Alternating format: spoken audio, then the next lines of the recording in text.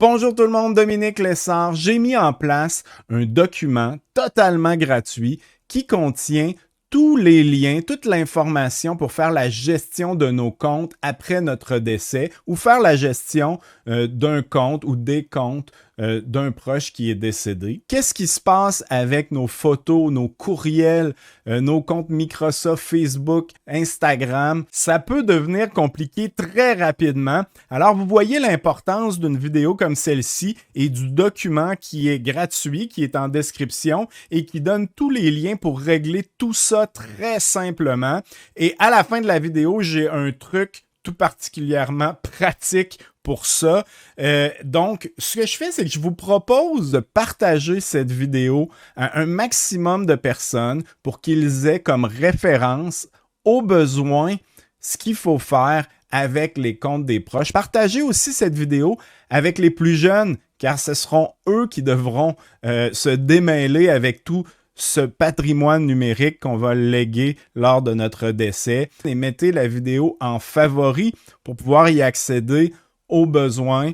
Donc voilà, je me lance tout de suite avec les démonstrations et bien sûr le lien pour le document complètement gratuit est dans la description. Alors, si on commence avec Google, bien Google a mis en place, regardez ici, planifier votre patrimoine numérique. Donc, vous pouvez planifier à l'avance le legs de votre patrimoine numérique ici. Donc, ce qu'on va faire, c'est qu'on va simplement dire, après un certain temps d'inactivité de mon compte, eh bien, avertis une personne et transfère mes informations vers cette personne-là. Alors, pour débuter, c'est simple, on clique ici sur le bouton « Démarrer ». Et la première chose qu'on va faire, en fait, c'est déterminer le nombre de mois d'inactivité. Donc, on a entre 3 et 18 mois au choix. Et la personne va recevoir le courriel pour prendre le contrôle de notre compte après, disons, 6 mois, 12 mois d'inactivité de notre compte et pourra transférer nos données et prendre le contrôle de notre compte après ce nombre de mois d'inactivité. Ensuite, on va entrer notre numéro de téléphone ici cellulaire.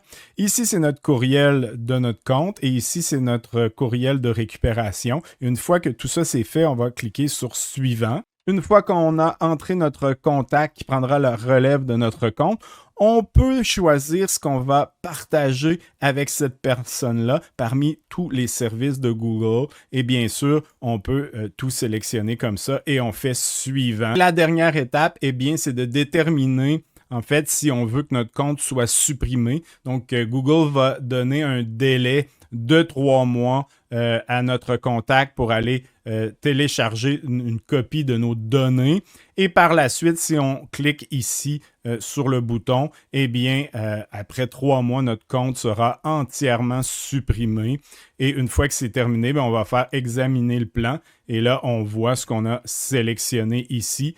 Et on peut confirmer. Et là, bien, notre patrimoine numérique chez Google est en place et notre contact est choisi. Donc, on peut être tranquille du côté de Google comme ça ici. Pour ce qui est des comptes Microsoft, là, c'est beaucoup plus compliqué qu'avec Google. Si vous cherchez sur Internet, vous allez trouver quelque chose qui parle du transfert aux proches parents. Mais il semblerait que ça n'existe plus. Donc, on ne peut plus transférer les comptes. J'ai mis dans mon document qui est en description une feuille référence qu'on va regarder ensemble qui nous explique ce qu'il y en est. Mais en gros, c'est très simple. Vous devez avoir le mot de passe de la personne que vous voulez gérer son compte après son décès. Et ça, je vous donne à la fin de la vidéo un truc infaillible pour transférer les mots de passe et tout ça. Quelque chose de très simple. Regardez ça à la fin de la vidéo. Mais pour ce qui est de Microsoft, regardez ici. Ce qu'on nous dit en gros, regardez, accès à Outlook, OneDrive et autres services Microsoft lors d'un décès. Bon, procédure à suivre. Il n'y a pas grand-chose autre que vous devez avoir le mot de passe. Si vous n'avez pas le mot de passe, eh bien, le compte sera gelé après 1 an et après 2 ans complètement effacé. Donc, 2 ans d'inactivité, le compte est effacé. Au bout d'1 an, tout est tout est gelé. Donc, c'est un peu la directive. Ce qu'ils vont nous dire, regardez ici, si vous n'avez pas accès au compte, ils nous disent de chercher des conseils juridiques. Donc, essentiellement, ils ne nous donneront pas les informations de quelqu'un qui est décédé. Et en bas ici, vous avez des variantes régionales que vous pouvez lire en Europe, en Allemagne, il y a des variantes qui sont inscrites dans la loi de ces pays-là. Donc, c'est très compliqué au niveau Microsoft pour aller récupérer. Si vous avez le mot de passe et que vous pouvez vous brancher dans le compte de la personne décédée, alors là, vous pouvez récupérer, aller premièrement dans son OneDrive, récupérer les fichiers qu'il aurait laissés dans le OneDrive, les photos et tout ça. Vous pouvez accéder à Outlook et exporter les courriels. Et vous pouvez aussi fermer le compte. Et j'ai mis le lien dans mon document qui vous mène directement vers ce formulaire pour fermer le compte. Et là, ils vont vous donner plein de liens intéressants ici dans ce formulaire pour aller, par exemple, vérifier s'il y a des abonnements actifs. Et en passant, directement sur le site de Microsoft, ils disent la meilleure façon d'arrêter de débourser de l'argent pour des abonnements, c'est d'appeler votre institution financière et de faire bloquer Microsoft sur la carte de la personne qui est décédée. Donc, c'est leur façon de nous dire. Donc, en fait, il y a très peu de services qui nous sont offerts. Si on revient au formulaire, c'est ici annuler tout abonnement. Vous pouvez aller voir les abonnements en cliquant sur le lien ici. Vous pouvez télécharger des éléments de services, des services Microsoft ici. Vous pouvez aussi aller voir au niveau de Skype, récupérer les crédits en cliquant ici. Et vous pouvez bien sûr, et ça c'est important, configurer une réponse automatique au courriel de la personne qui est décédée. Et ici, désactiver, en fait, c'est réinitialiser la protection Windows. Ça, ce que c'est, en fait, c'est pour l'ordinateur de la personne qui est décédée. Donc, l'ordinateur est branché au compte Microsoft de la personne et le mot de passe pour entrer dans l'ordinateur de la personne est lié au mot de passe. Donc, si vous l'avez, il n'y a pas de problème. Vous pouvez rentrer directement, mais vous pourrez aussi aller ici dans le formulaire et réinitialiser la protection, donc enlever la protection du PC par ici. Et dans ce formulaire, vous pourrez aussi mettre une période de grâce ici de 60 jours, mais vous pouvez mettre 30 jours pendant laquelle Microsoft va attendre cette période-là avant de fermer définitivement le compte. Et ce que ça vous permet, en fait, de peut-être changer d'idée et d'aller annuler la fermeture du compte.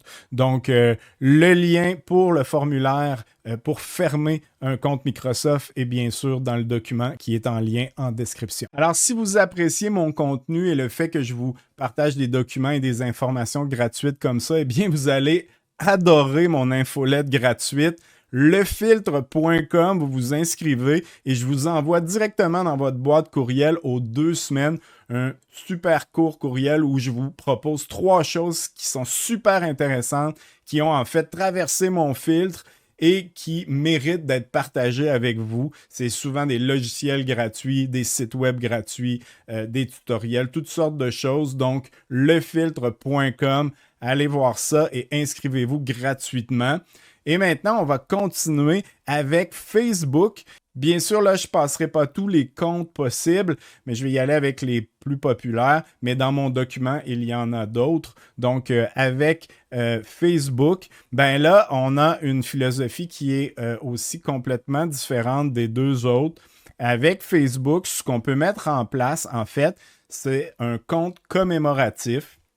Donc, Facebook va proposer de convertir le compte du défunt en un compte commémoratif qui permet de garder des souvenirs de la personne en ligne, donc de garder pendant un certain nombre de temps la page de la personne qui deviendra en fait un peu inactive, mais on va pouvoir consulter la page un peu comme un album photo ou un album souvenir de la personne. Mais ce qui est bon à savoir au niveau des profils commémoratif, c'est que en haut, il y aura la mention en souvenir de au niveau de la page et vous pourrez en tant que prestataire du profil changer la photo du profil de couverture et faire quelques modifications à la page commémorative. Et l'autre chose qui est vraiment bien aussi avec Facebook, c'est qu'on peut désigner avec Facebook un contact légataire. Donc, un peu comme Google, le contact légataire pourra prendre le contrôle de votre compte. Si on regarde ici, le contact légataire pourra changer la photo, rédiger une publication épinglée sur votre profil. Il pourra aussi, et là ce qui est important, demander la suppression de votre compte. Et bien sûr, tout ça est dans mon document, le lien en description pour ça aussi. Alors, pour ce qui est de Instagram, LinkedIn, Apple, X, qui est anciennement Twitter, j'ai ça dans mon document gratuit, le lien est en description. Et pour ce qui est du petit truc, l'astuce qui permet de contourner tous ces problèmes et tous ces liens, tous ces trucs-là, eh bien, c'est simple. On va simplement s'abonner à un gestionnaire de mots de passe sécurisé. Ça peut être LastPass, ça peut être Bitwarden, ça peut être 1Password. Il y en a plein. Prenez celui de votre choix et abonnez-vous. Et dans votre gestionnaire de mots de passe, vous allez avoir tous vos comptes qui vont être là avec le mot de passe et vous allez léguer à la personne qui va s'occuper de votre patrimoine numérique le mot de passe unique pour se connecter à votre gestionnaire de mots de passe et avoir accès à tous vos comptes et à les gérer, les fermer, transférer les données, exactement comme si c'était vous-même. Et ça va simplifier la vie à la personne qui va s'occuper de ce que vous allez laisser derrière vous. Alors voilà, c'est tout pour cette vidéo. Partagez la vidéo et mettez-la en favori pour ne pas l'oublier. Lorsque vous n'aurez de besoin, elle sera là et vous aurez l'information qu'il faut pour faire la gestion des comptes des gens que vous aimez. Et bien sûr, si vous voulez un complément, regardez cette vidéo qui va vous permettre de mieux comprendre Google Takeout et pouvoir extirper toute l'information de Google, photos, vidéos et tout, courriel. Donc, regardez cette vidéo et on se revoit la semaine prochaine pour une nouvelle vidéo.